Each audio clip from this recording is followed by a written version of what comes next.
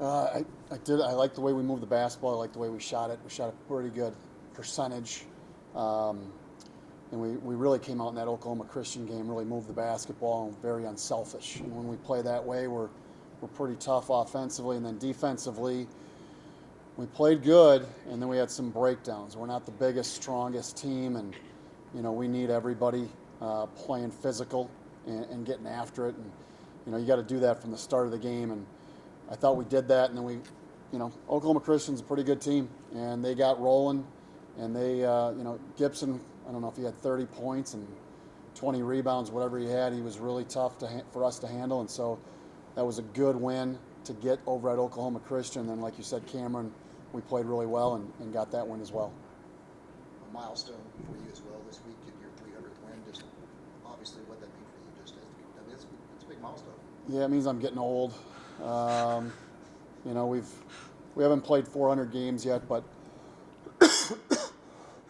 to think that I've coached in 380 some games here at WT it's a lot of basketball games, and so it's been a lot of fun. And coached up at Winona State for 16 years too. So I'm not saying in my twilight I still want to coach for a long, long time, but yeah, it's we put some miles on. We'll just put it that way.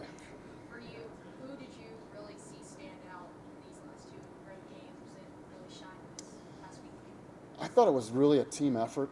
I really do. I thought at times Jalen Sledge played really well, and then he'd make some mistakes, which everybody does. Fontaine played well, and then he would kind of have a little bit of a lapse here or there, and same thing with Brock and Zach and James, and you can go right down the list. Kemper, I thought, played well down the stretch in that Oklahoma Christian game. We didn't have Kemper. I don't know if we would have won that one, and so he's got to play. Everybody's got to play for us to be able to win some ball games. And with Eastern and UT Dallas coming over here, those are going to be really tough games. UT Dallas, we were just snuck by them, 2-point game, I believe, and then Eastern beat us over there just a couple weeks ago. So it'll be a couple tough ones, and then fast forward in Kingsville and International.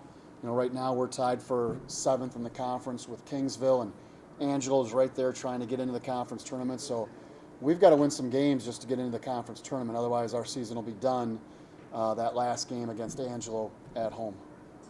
You got to mention it there. Now in the 7th, last week you were on the outside looking in, so you fought your way back into those conference standings. And only, like you said, 6 games left, 3 weeks left to play here. Just gotta, how do you attack these game by game?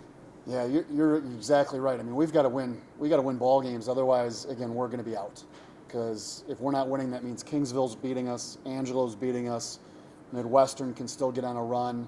They had a loss this last week, but it's day by day. It's game by game. You can't, as a coach, I can look ahead, but we really want to keep our players just focused on the game at hand and what we're trying to do in practice to get better, and then also prepare for Eastern, and then prepare for UT Dallas. And teams play different styles. Murillo's probably the best player in the conference in my eyes, but then you could also put Mo Austin in there, Cooper Jackson in there, Bird you could put in there, and then Austin Abrams.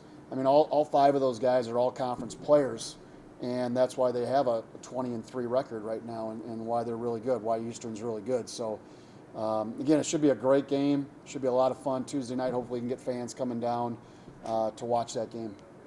You've already played them once this season. What is the biggest change that you guys need to make to come out on the winning side this week? We need to get taller and bigger and stronger, and so if we've done that in the last 3 weeks, we'll be just fine. If not, then we've got to execute a little bit better. We've got to shoot the ball at a little bit higher clip, get some better looks. I've got to do a better job of getting us better looks, but their defense is tough because they switch everything, and they know how to play. I mean, Coach Vo does a great job over there, and again, Murillo is the X factor. We don't have anybody like him. And then Cooper Jackson is a great defensive player. Mo Austin is he's just a really good player, and so it's, again, you have to play well against good teams to beat them. But then you also have the shortened week. You're playing them tomorrow versus Thursday. Probably travel home Saturday. Then you have the rest day on Sunday. So only one practice game in between games.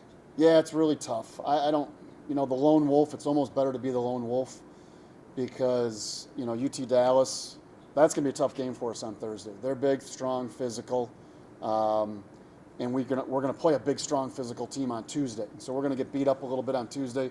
We won't get to practice really on Wednesday, and then we turn around and play on Thursday. Now, on the flip side, we'll get the weekend off, and so then we'll get a little bit more rest to get ready for Kingsville and International. But it is tough when you have that kind of odd schedule with the lone wolf.